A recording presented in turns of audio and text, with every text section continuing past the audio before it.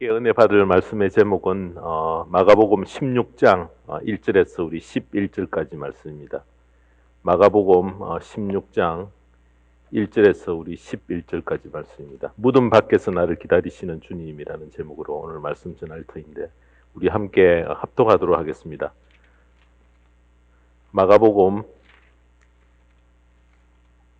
16장 1절에서 우리 11절까지 말씀 우리 함께 합독하겠습니다. 안식일이 지났을 때에 막달라 마리아와 야고보의 어머니 마리아와 살로메는 가서 예수께 발라드리려고 향료를 샀다. 그래서 이레의 첫날 새벽 해가 막 돋은 때에 무덤으로 갔다.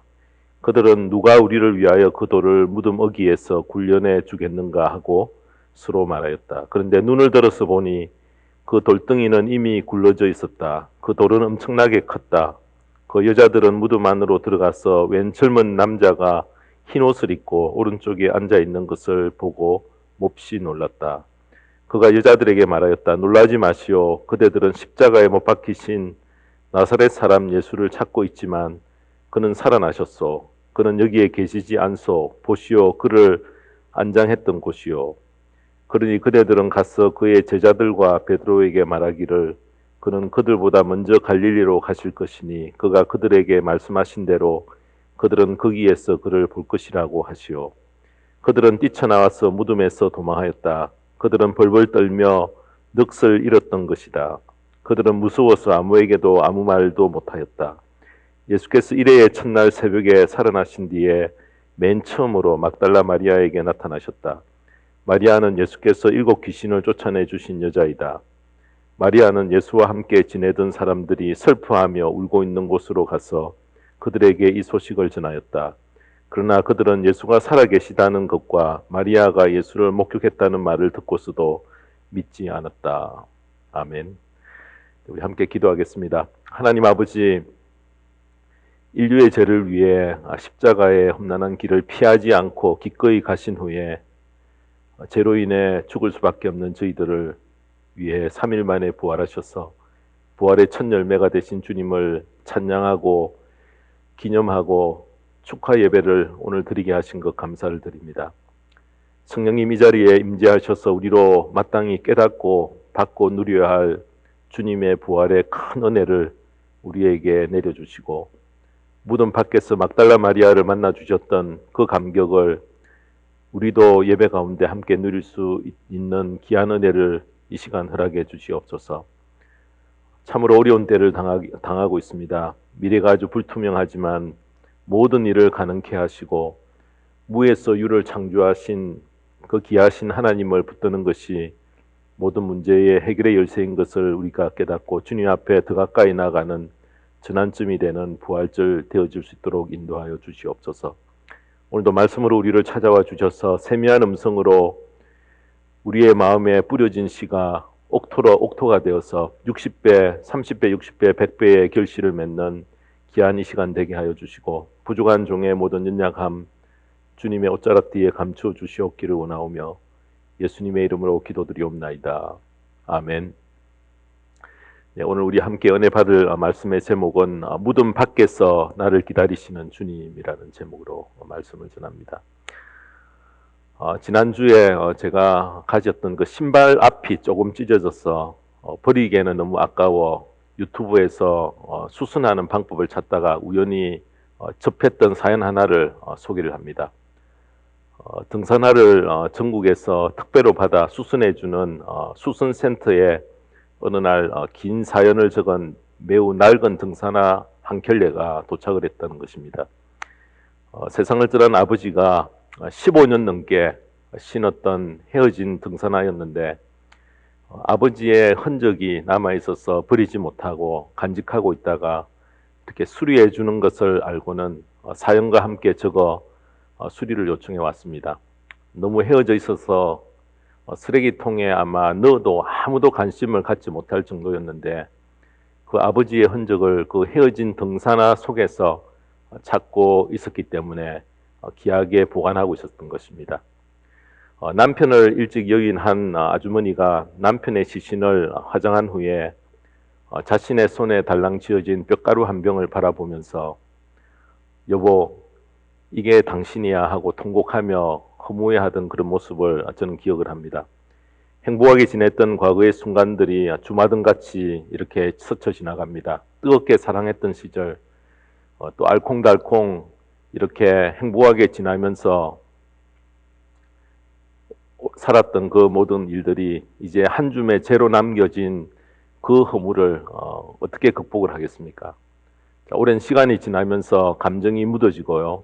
또 점차 망각하는 것만이 해결의 지름길이 될 것입니다. 그런데 자, 이런 일이 이런 분에게만, 이분에게만 해당되는 일이 아니라 우리 모두에게도 예약되어 있어서 그 순간이 우리에게 점점 다가오고 있다는 것입니다. 사랑하는 성도 여러분, 우리 모두 사랑하는 분을 이렇게 떠나보낸 경험이 우리의 삶 가운데 한두 번은 다 있을 것입니다. 세상을 떠난 분의 죽음 앞에서 느끼는 슬픔은 거의 같습니다. 그래서 여러분, 죽음이란 도대체 무엇인가? 죽음을 여러모로 우리가 표현할 수 있지만 가장 큰 특징은 결코 다시 돌아올 수 없는 그런 다리를 걷는 것이다. 이렇게 이야기할 수 있습니다. 모든 관계가 단절되는 것이요, 또 회복 불가능한 그런 슬픔의 연속이 바로 죽음의 세계인 것입니다. 물은 엎질러져도 다시 부으면 됩니다. 따르면 되고요. 실수한 일이 있으면은 다시 반복하지 않으면 됩니다. 또 자녀들이 원하는 대학에 못 가도 실패한 인생이 절대 아니고요. 2지망, 3지망 입학하면 된다는 것입니다. 또 사업에 실패를 해도 다시 시작하면 되지만, 근데 죽음만큼은 다시 되돌릴 수 없고 처리할 수 없고 절대 반복할 수 없다는 것입니다.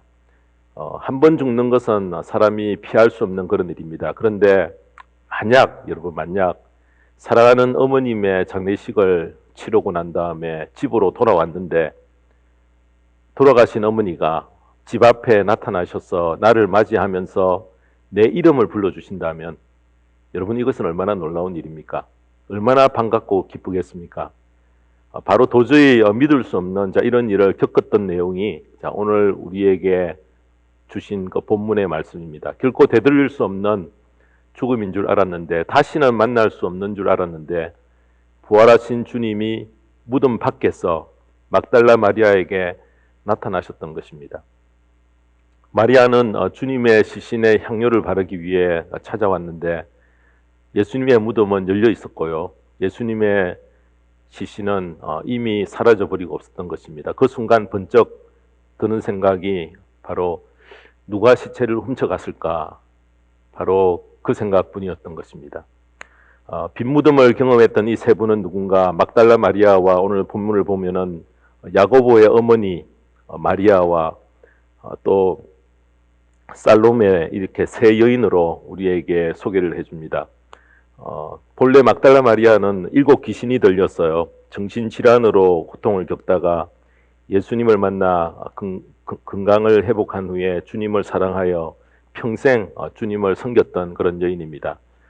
복음서에 옥합을 깨뜨려 예수님의 머리에 기름을 부은 여인의 이름은 나오지 않습니다. 그런데 많은 성경학자들이 바로 이 여인이 막달라 마리아가 아닌가, 그렇게 다들 추측을 합니다.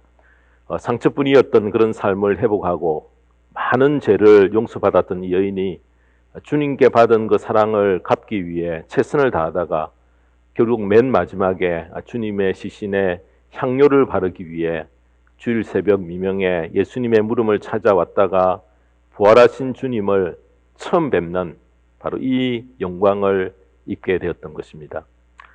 요한복음 11장 25절에서 26절에 보면은 이렇게 말씀합니다. 나는 부활이요 생명이니 나를 믿는 사람은 죽어도 살고 살아서 나를 믿는 사람은 영원히 죽지 아니할 것이다.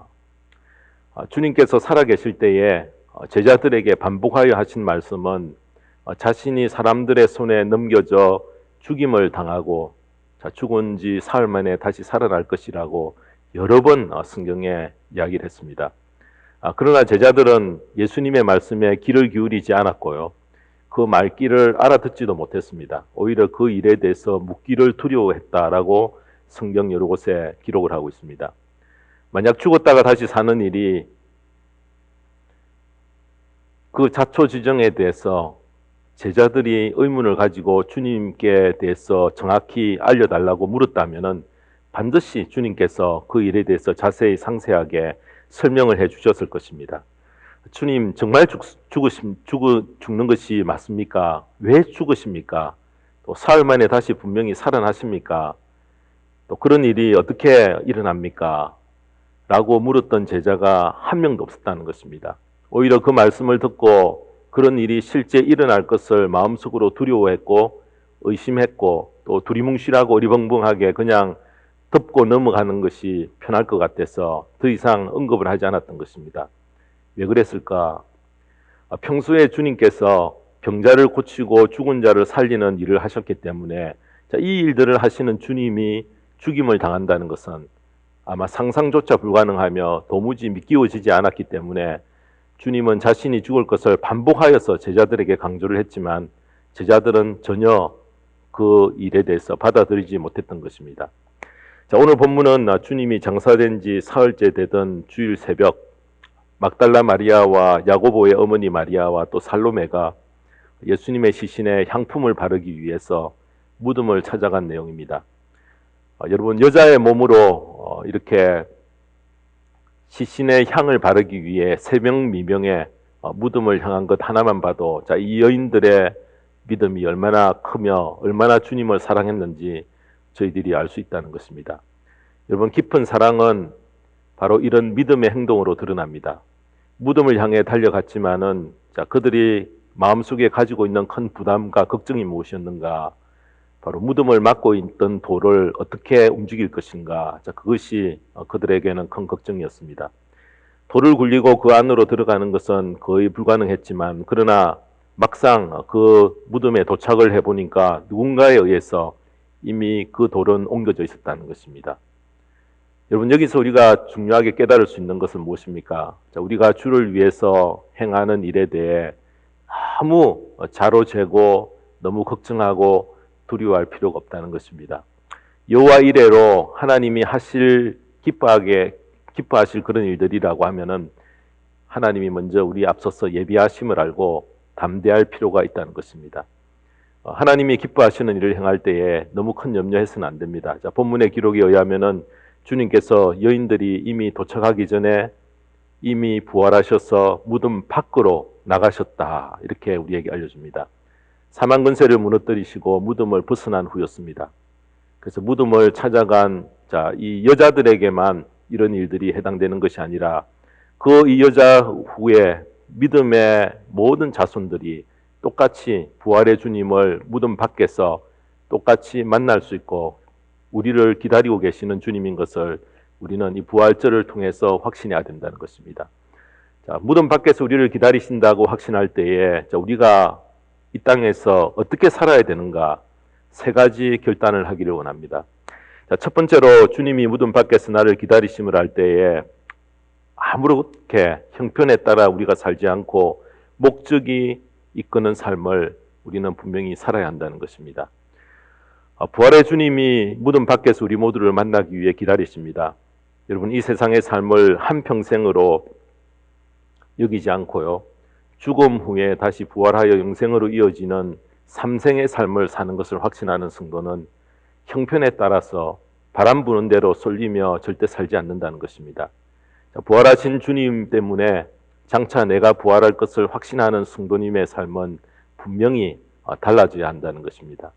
나를 기다리고 계심을 확실히 알 때에 힘이 나고요, 또 전심전력을 다할 수 있고 또 모든 방해를 극복해 나갈 수 있다는 것입니다. 그런 좋은 예가 한 가지 있는데요. 70년대에 우리 한국에서 중동 건설 붐이 일어났을 때에 중동에 근로자로 파견 나가신 분들입니다. 그들은 한 3년 정도 고생을 하면은 집을 장만할 수 있었고요, 또 자녀들의 학자금도 마련하고 또 앞으로 살아갈 수 있는 돈도 저축할 수 있어서 많은 분이 건설 현장 노동자로 지원하여 나갔는데 대부분의 가정의 아내들이 남편이 송금해 주는 돈으로 집을 장만하고 학자금을 이렇게 저축을 하고 적금도 들면서 남편 돌아오기를 간절히 기다렸지만은 그 중에는 남편이 없는 것은 외로움을 극복하지 못하여 외도한 아내들이 있었다는 것입니다. 근데 그 모습을 보고 그 소식을 목격한 친척들이 극비리에 이 남편들에게 전해줍니다. 그래서 그 소식을 만약 이 중동에서 들었던 남편들은 이를 손에 잡지 못하고요, 괴로워서 술을 마시기 위해 국경을 넘고 그렇게 방황을 했다는 것입니다. 여러분, 이것을 볼 때에 우리를 기다려주시는 분이 있다는 것이 얼마나 우리에게 큰 힘이 되는가 모릅니다. 우리의 삶이 이 땅의 삶이 전부가 아니고요, 죽음 후에 부활의 주님이 나를 기다리고 계심을 알면은 어떻게 우리가 아무렇게나 이 땅에서 살아가겠습니까? 절대로 그렇게 살 수 없다는 것입니다. 그래서 여러분, 시간을 아끼고 나에게 주어진 기회를 최대한 선용하고 주님 앞에 설 때에 부끄러운 일들과 부끄럽지 않는 일들을 구분하고 세심히 살피고 내 보기를 기다리시는 그분의 눈높이에 맞추어서 우리가 살려고 할 것입니다. 성도와 불신자 모두는 이렇게 부활을 합니다. 누구나 다 주님 앞에 섭니다. 이것을 성경은 성도는 생명의 부활로, 믿지 않는 자들은 심판의 부활로 이렇게 주님 앞에 선다, 이렇게 이야기를 합니다. 그래서 주님께서 재림하실 때에 이 세상을 떠난 성도들이 먼저 부활을 하고요, 자, 그 후에는 땅에 살고 있는 성도들이 영광스러운 모습으로 변화하여 1000년 동안 주님과 함께 왕노릇하게 될 것입니다. 그러나 예수님을 안 믿었던 사람들은 부활은 하지만은 둘째 사망을 당하는 바로 그 내용이 요한계시록 20장 11절에서 우리 15절에 기록이 되어 있습니다. 제가 읽겠습니다. 나는 크고 흰 보좌와 거기에 앉으신 분을 보았습니다.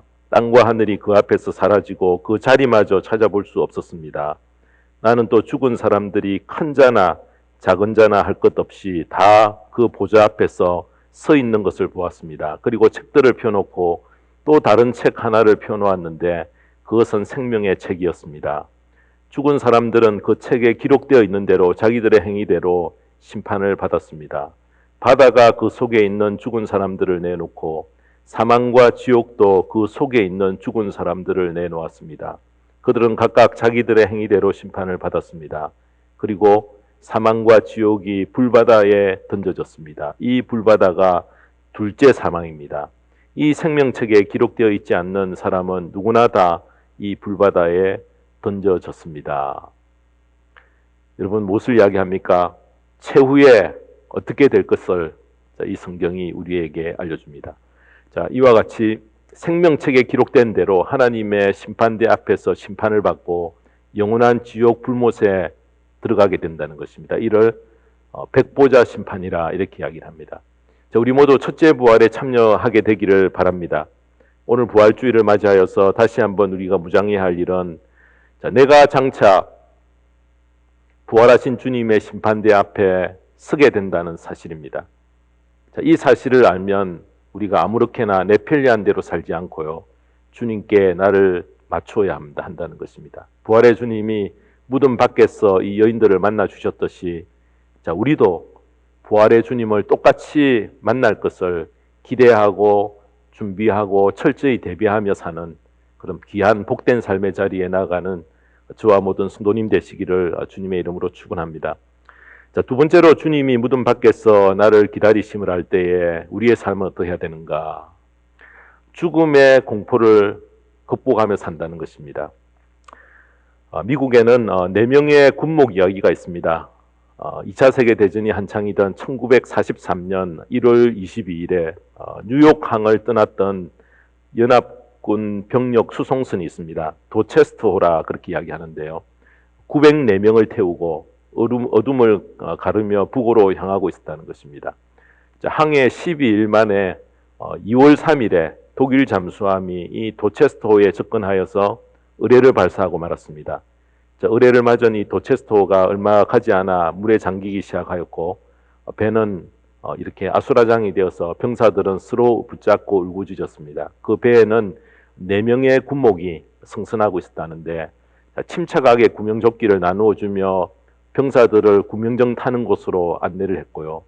더 이상 나누어줄 구명조끼가 없었을 때에 군목 클라크 풀링이라는 중위가 병사에게 묻습니다. 자네 예수 믿는가? 아니요. 그렇게 하니까 그 말을 듣자 이 군목은 자기가 입던 그 구명조끼를 벗어주면서 이렇게 말을 합니다. 나는 예수를 믿으니 지금 죽어도 천국 갈 수 있어. 근데 당신은 이 구명조끼를 입고 살아서 꼭 예수님을 믿어 천국에서 다시 만나게 해. 여러분, 이 4명의 군목은 모두 다 자신의 구명조끼를 벗었어요. 병사들에게 주었던 것입니다. 배에 점점 물이 차오를 때에 4명의 군목들은 서로 팔을 끼고 기울어진 갑판에서 내 주를 가까이 찬송을 부르며 기도했다고 합니다. 그래서 여러분, 여기에서 생존해 나온 그레디 클락이라는 이 병사가 4명의 군목들의 최후의 모습을 이렇게 간증을 해줍니다. 내가 본 마지막 장면은 군목들이 함께 기도하는 모습이었습니다. 그들은 최선을 다했고 나는 그들을 다시 보지 못했습니다. 그들은 자신이 입고 있던 구명조끼를 병사들에게 벗어주고 죽음을 택했습니다. 병사가 총 904명 중에 605명이 전사하는 대참사였는데, 여러분, 전쟁이 끝난 후에 살아나온 병사들은 이 군목들, 4명의 군목들의 희생적인 신앙을 기억을 하고 그 소식을 전해들은 트루먼 대통령은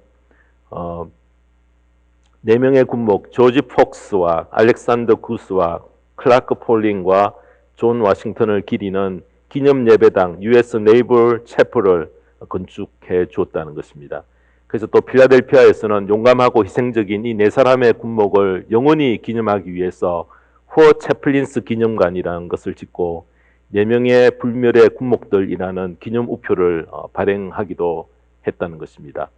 여러분, 1992년도에는 작곡가 제임스가 이들을 소재로 영원한 빛이라는 뮤지컬을 제작하였어요.